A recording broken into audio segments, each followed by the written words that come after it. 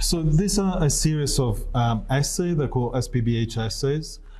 In the last couple of years, I've become more and more interested about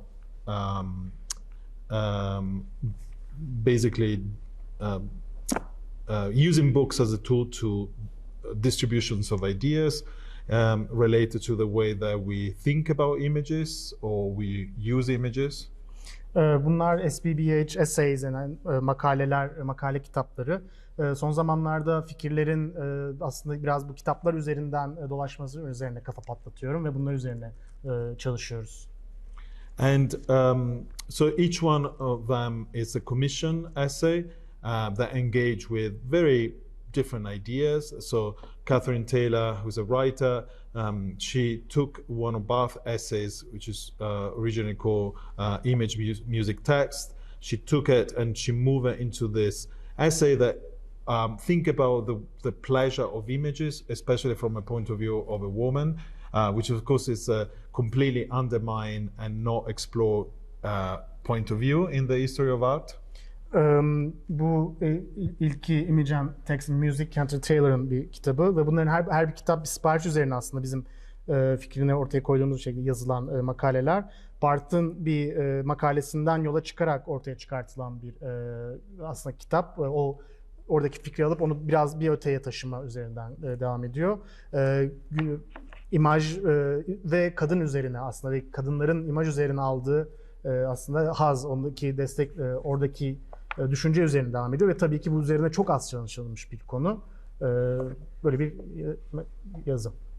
And I mean, from a kind of publishing point of view, the idea is that they're very manageable, so they are inspired by this series that was it's a German series of literature that basically started after Second World War as a mean to redistribute classics of literature that were lost during the Nazi regime and then the war. So the idea is that they are easy to transport and also affordable.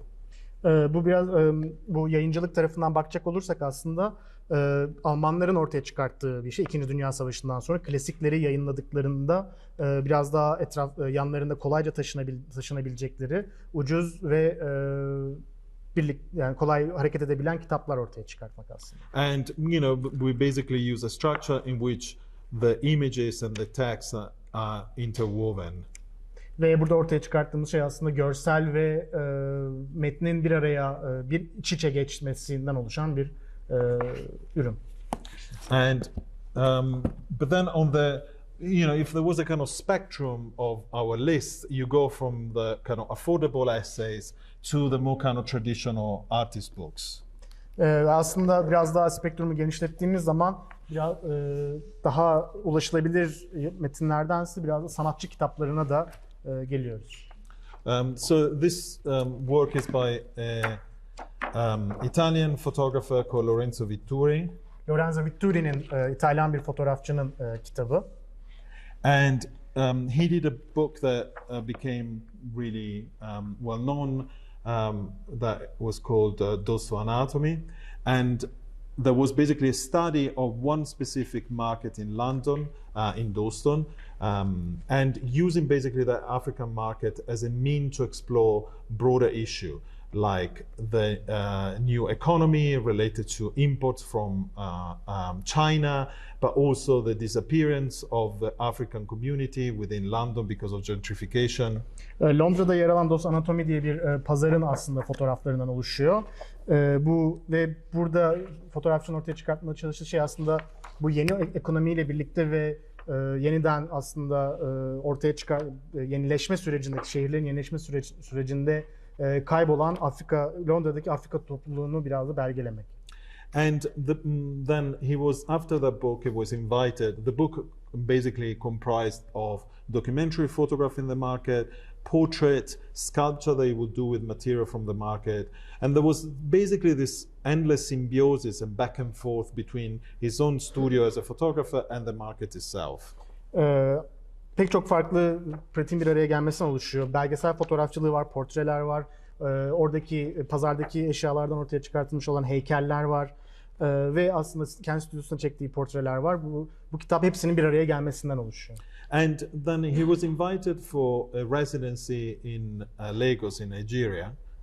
Lagos'ta bir residency'ye davet ediliyor Nijerya'da. And he got interested in this other market that in a way was specular to the one in London. Ve Londra'daki bir markete benzeyen bir market gözüne çarpıyor. Lagos. So the opposite was that the one in London was crushed by gentrification. Buradaki zıtlıkta Londra'daki market yeni şehirleşmeyle birlikte sıkışmış bir marketken, But this market was actually expanding and suffocating the city. Nijerya'daki market ise büyüyor ve hani şehri aslında biraz boğmaya başlıyor. But there were also similar elements, you know, the material coming mostly from China, the identity of what is African to be mixed with the kind of globalization and the production of goods. Ama burada tabii benzerlikler de var. Materyallerin hepsi neredeyse Çin'den geliyor. Bir araya gelmenin farklılıkları var. Ürünlerin bir araya gelmesini ortaya çıkarttığı farklılıklar da var. So this book is called Money Must Be Made. Bu kitabın adı Money Must Be Made. And I wanted to show you because it's the opposite to the essay, our commission. This is a kind of the full vision of an artist. And if you see this book doesn't have blank pages. And this sort of kind of relentless way of thinking about images and the book form. The images are made for the book. Ve aslında sipariş verilen eseylerle karşılaştırdığımız zaman bu bir sanatçının tüm ortaya çıkarttığı ürünün bir aynası aslında. Sadece fotoğraflar sürekli üstümüze geliyor. Hiçbir beyaz yok. Ve aradaki o farkı görebilirsiniz. Sadece fotoğrafın kendisi var. So in a way he was making pictures in the market, then coming back in the studio, producing other images, still lives, and then think about them in relation to the layout in a kind of endless cycle. Fotoğrafları çekiyor, daha sonra stüdyoya gidiyor ve onlar üzerine düşünüp tekrardan dışarı çıktığı zaman biraz sonu gelmez bir sürecin içine giriyor. And you know, one of the definition that is given to artist books is that it's a book that cannot be thought outside of its own form, i.e. the book is the artwork itself. It's just not a container of art. Sanatçı kitaplarında aslında buradaki şeylerden, önemli noktalardan bir tanesi sanatı içinde barındıran bir obje olmaması, aslında bu objelerin sanat eserlerinin kendisi olması. And so, you know, you could not think about this project without thinking about the book itself. The book is the project. Ve bu projeyi, bu kitap olmadan düşünemezsiniz. Projenin kendisi aslında kitabın kendisi. I'll pick another one. Yeah, sure. This one, it's a book by a British artist called Felicity Hammond. Bu İngiliz bir sanatçı olan Felicity Hammond'ın kitabı. And Felicity does this large scale installation work. Ve Felicity büyük enstalasyonlar, çok büyük enstalasyonlar yapıyor. And the installation deal with issue related with gentrification, but also reproduction of images, because most of the material comes from renderings from this sort of kind of utopian huge developments. Ve bu enstalasyonlar biraz daha şehirleşme üzerine aslında yapılan, yani so here you see one of the installation, for example. Buradaki enstalasyonlardan bir tanesi. So they're kind of sculpture, photographic sculpture that are placed in this background that is the green screen, and so you read it as digital, but also they are physical objects. Ve yeşil ekranın üzerine konuluyor ve aynı zamanda hem dijital olarak da çalışıyor ama aynı zamanda fiziksel objeler olarak da çalışıyorlar. But anyway, the point is that this book, I liked the work, and we knew each other, and I said, oh, it would be interesting to do a book. But actually, the book, it's basically only came together when I showed a kid's book, the kind of one with the cutouts. Bu kitabın ortaya çıkması aslında projeyi gördüm, proje hoşuma gitti ama tam olarak ortaya çıkması bir çocuk kitabı gösterdim. İçindeki kesme noktaları vardı, kesilecek yerleri vardı. And so, in a way, when she saw the book, she started thinking about how her practice and the way of making work can be translated into a book. Ve o kitabı görünce aslında yaptığı sanat eserlerle kitabın bir araya nasıl gelebileceğinin ortaya çıkması oldu. And in a way, the book, it's a translation of a practice through cutouts, reproduction of these two main colors, the blue and the green, but in a book form. Ve aslında projenin kendisi bu kesme noktaları ve yeşilin ve mavinin bir araya gelmesini aslında bir araya gösteriyor ve ama bunun bir kitap halinde aslında ortaya çıkıyor. And you know, buying an artwork by Felicity Hammond, it's not accessible to most people, I assume. Ve Felicity'den bir sanat eseri almak pek çok insan için aslında çok olası bir durum değil. But a book become an artwork that can be affordable to many. Ama sanat eseri olarak bir kitap pek çok insanın elde edebileceği bir form. Which is, in a way, I'm always, you know, I like this idea that, especially with photography, not in other disciplines it's difficult, but in photography you can really have access to amazing work with an affordable price, which is one of the books, even though they cost quite a lot now. Fotoğrafın en güzel taraflarından bir tanesi aslında işte bu şekilde pek çok farklı sanat eserine biraz daha uygun bir şekilde erişilebilmesini sağlamak aslında. Which other one you should do? What I should do? Maybe this one. This one is. It's difficult. It is. This one is a bit naughty. Yeah. Naughty. Yeah, no, let's do it. Naughty. Let's do the naughty one. I don't want to be exiled. No, it's fine. So this is a kind of interesting book because there is this collector called Vince Aletti in New York. Bu enteresan bir kitap. Vince Aletti diye New York'ta bir koleksiyoner var. And Vince has been a art critic for the New Yorker for many decades. New Yorker dergisi için sanat eleştirmenliği yapıyor çok uzun yıllardır. But he's also a crazy collector. Ama aynı zamanda inanılmaz bir koleksiyoner. So his house is basically, he has quite a big flat in his village that is totally covered by piles and piles of books and publications. East Village'deki apartmanı üst üste ve her tarafta kitaplar ve makalelerin olduğu, dergilerin olduğu yığınlar var. I'm not kidding. So, like in his bedroom, you need to zigzag to get to the bed. One of the other bedroom is covered in books, and you can only sit either in half of the sofa or he has two chairs. Ve hani her taraf kitapken dalga geçmiyorum. Yatak odasına giderken zigzaglar çizmeniz gerekiyor. Bir yatak odasındaki yatak tamamen kitaplarla dolu ve oturabileceğiniz tek yer ya 2 tane sandalye ya da kanepesinin yarısı. And you can just Google it, you'll see what I mean. And like he has every single issue of Vogue Italia from the beginning.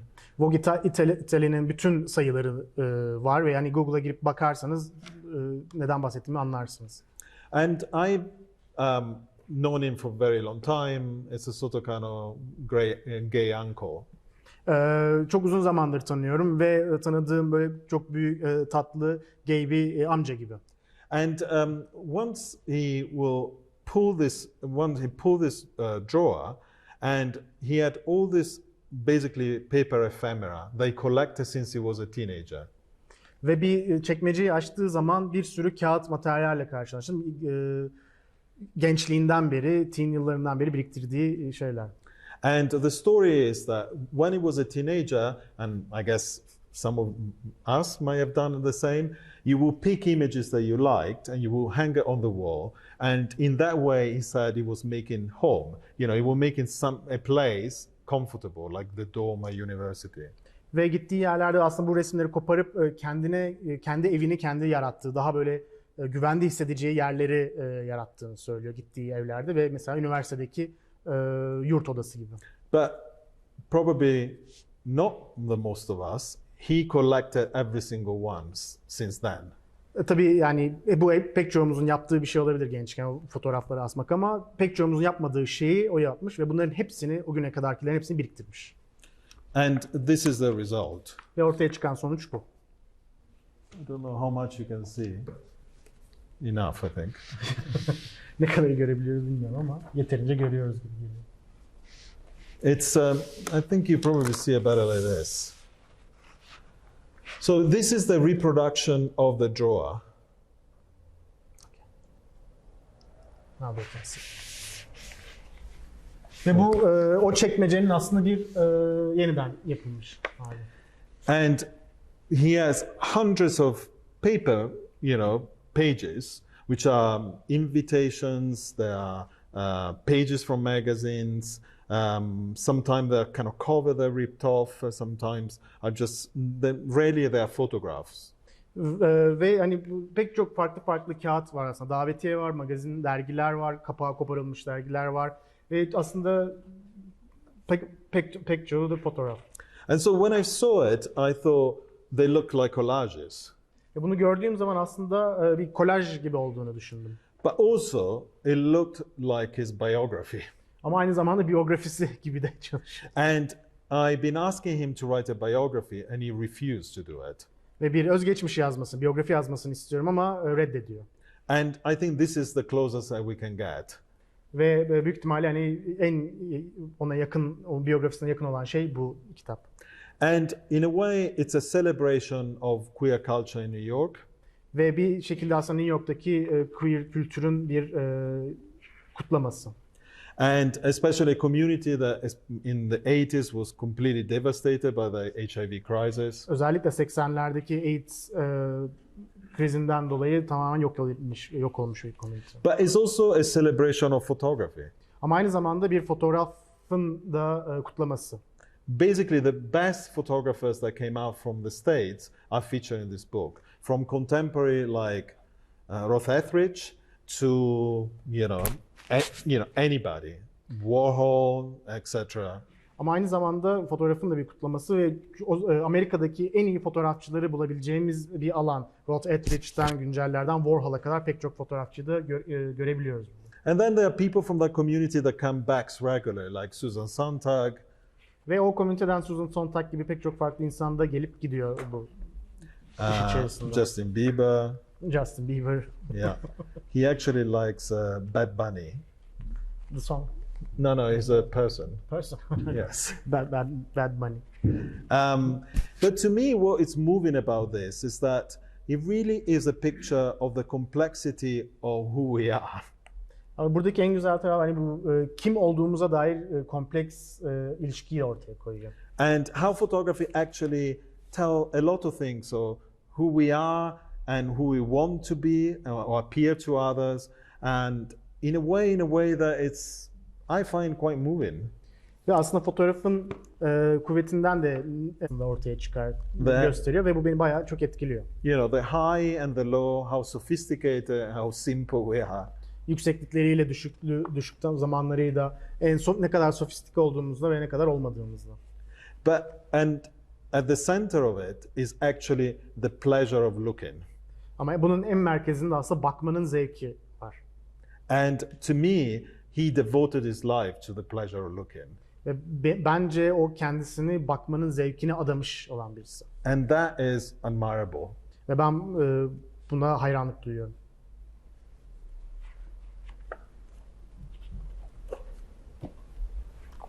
Questions? Sorusu olan var mı şu ana kadar? Bakmanın zevki kelimesi işlemesi çok hoşuma gitti. She liked the looking at pleasures of looking. She what? Liked the pleasures of looking. Bu işi yaparken birlikte mi seçtiniz? Daha çok siz mi seçtiniz? Bittikten sonra kendisinin düşüncesi neydi? Gerçekten biyografik bir iş miydi sonuçta olan onun için? So what was the process like? Did you choose the images, or did he choose it? Did you choose it? And what was he thinking about? Does he think of it like a biography? He doesn't like to think about the way that he operates. In a way, there is a talk online that you can watch in which he talks with another artist I work with called Carmen Wynand, and they talk about the idea of collecting, but also the way that they think about the work reflect them, and he refuses to engage with that idea. Collecting idea. No, the think about himself, what it means for him to collect. He doesn't want to think about it. biriktirmenin onun için ne manaya geldiğini düşünmeyi reddediyor diyor aslında. Bununla ilgili bir konuşma varmış online internette, onu izleyebilirsiniz diyor. Benim çalıştığım fotoğrafçılardan biriyle diyor. And the way they worked was this. We set up a studio in his flat. Ve şu şekilde çalıştık. Onun apartmanında bir stüdyo oluşturduk. So the drawer was on the floor, and he basically, there was a camera like this set up on top, and then we had a screen in the other room where the art director, me, and the photographer were. So he was in a room basically, and he will rearrange the material and then say, shoot. İki farklı odadaydık. O bir odadaydı. Bütün kamera setup'ı vardı. Biz bir odada, art direktör, ben ve bir fotoğrafçı ile birlikte bir odadaydık. Ayrı ayrı ve o bütün düzenlemeleri yapıp ondan sonra çekin diye bağırıyormuş. And then basically we shoot and then say, okay, the photograph is okay, and then he will rearrange them again, and then we will shoot. And we did that for an entire day. Ve çekerdik, fotoğrafın iyi olup olmadığını gördükten sonra devam ederdik. O tekrar ondan sonra kendi aranjmanını kendisi yapmaya devam ederdi. And it's interesting because in the last conversation, public conversation we had about the book, he does now acknowledge the fact that it is a biography, but he never wanted to write about it. So he let other people to write about it, but he doesn't want, which is weird. Enteresan bir şekilde en son yaptığımız konuşmada, insanlarla birlikte yaptığımız konuşmada bunun biyografik bir iş olduğunu kabul etti ama hala üzerine yazmayı reddediyor. Başka insanların üzerine yazmasını kabul ediyor ama garip bir şekilde kendisi üzerine yazı yazmayı reddediyor. And one thing that him and Carmen said that I'm not a collector, so I don't quite understand this, but they said something, both of them agreed. They're both collector of material, photographs, and they basically both say the same thing, which is to them collecting is to expand the world, is not to contrive it. Ve ben biriktirmiyorum, koleksiyoner değilim ama söylediği şey şu aslında, hani dünyayı bir sıkıştırmak değil, aslında dünyayı genişletmek için bu koleksiyonu yaptığını Because söylüyor. I always thought about the notion of collecting as a mean to make order to the world. Ve çünkü ben hani koleksiyonu aslında dünyaya düzeni getirmeye bakış açısıyla yapılan bir şey olduğunu düşünüyordum. But they think of it as a door to a bigger world. Ama onlar daha büyük bir dünyaya açılan bir kapı olarak görüyorlar koleksiyonu.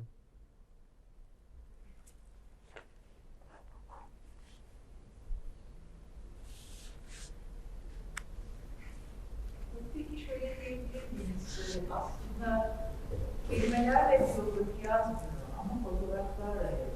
Aranjmanları yapışı bence bunu ifade ediyor diye düşünüyorum. Ne dersiniz? He says he's not writing with words, but with these images. It's Yeah. the way he arranges.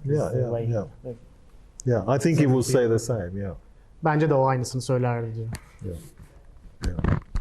Çünkü masada baktığım zaman fotoğrafçı hakkında ben de arkadaşım gibi hemen biyografisi hakkında bir şey tanımıyorum ama herhalde bir kanıya var mı?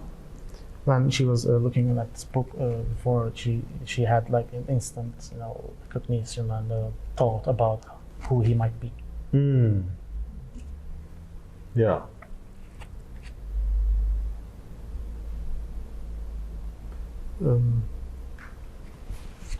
I think that biography of this would double the layer of the same structure that kind of loses its effect as a biography. You don't think it will be effective? I think it would double the same representation. I see what you mean. Yeah. This way, I think it's more wow. But then I think it becomes weaker if you write a text on the photo representation that is constructed by images. Yeah. Possibly. Yeah. Yeah.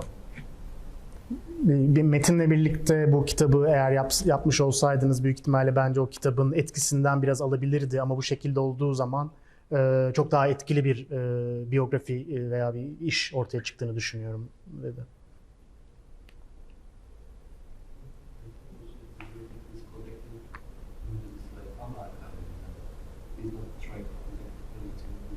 The attractive gets feel touching. It's not collecting whatever is useful. It's like more unlike Yeah, I mean, we have a psychoanalyst here, but definitely, I think, for example, arousal and pleasure, it's driven by something that we register as more instinctual, versus if you were to think about other criteria to collect in. You know, if something turn you on, you don't inquire as much as you will inquire other kind of material. It's not like a company, like institutional way of looking. Yeah, of course, yes. Of course. Yeah.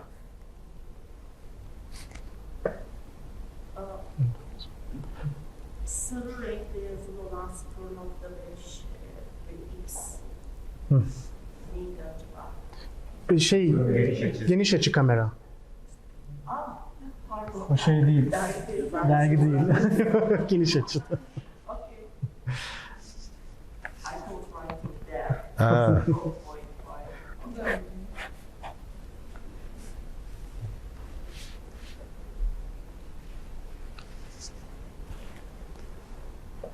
Sorusu olan. Okay. You said that the photography refuses to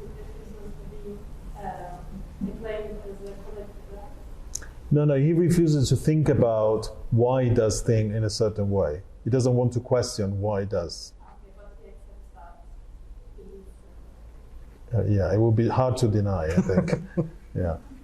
Yeah, because now it's meaningless, but I was thinking if there's a refusal, it would be interesting to make a book that is collecting, but as a structure somehow achieves to not collect, like separating the pages. I don't know. I'm thinking, I'm trying to say that how would it be creating a collection that by its structure doesn't reflect something that is collected, like designing the reverse of it. Yeah.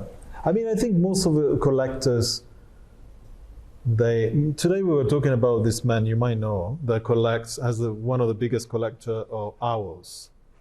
Bugün kalede bir yere gittik. Orada bir baykuş koleksiyonu yapan bir kişi vardı orada. If you've never been, you should go. Gitmediyseniz mutlaka gidin. Yeah, I bought something that I will never use. Just Asla charmed by. kullanmayacağım şeyler Yeah. aldım.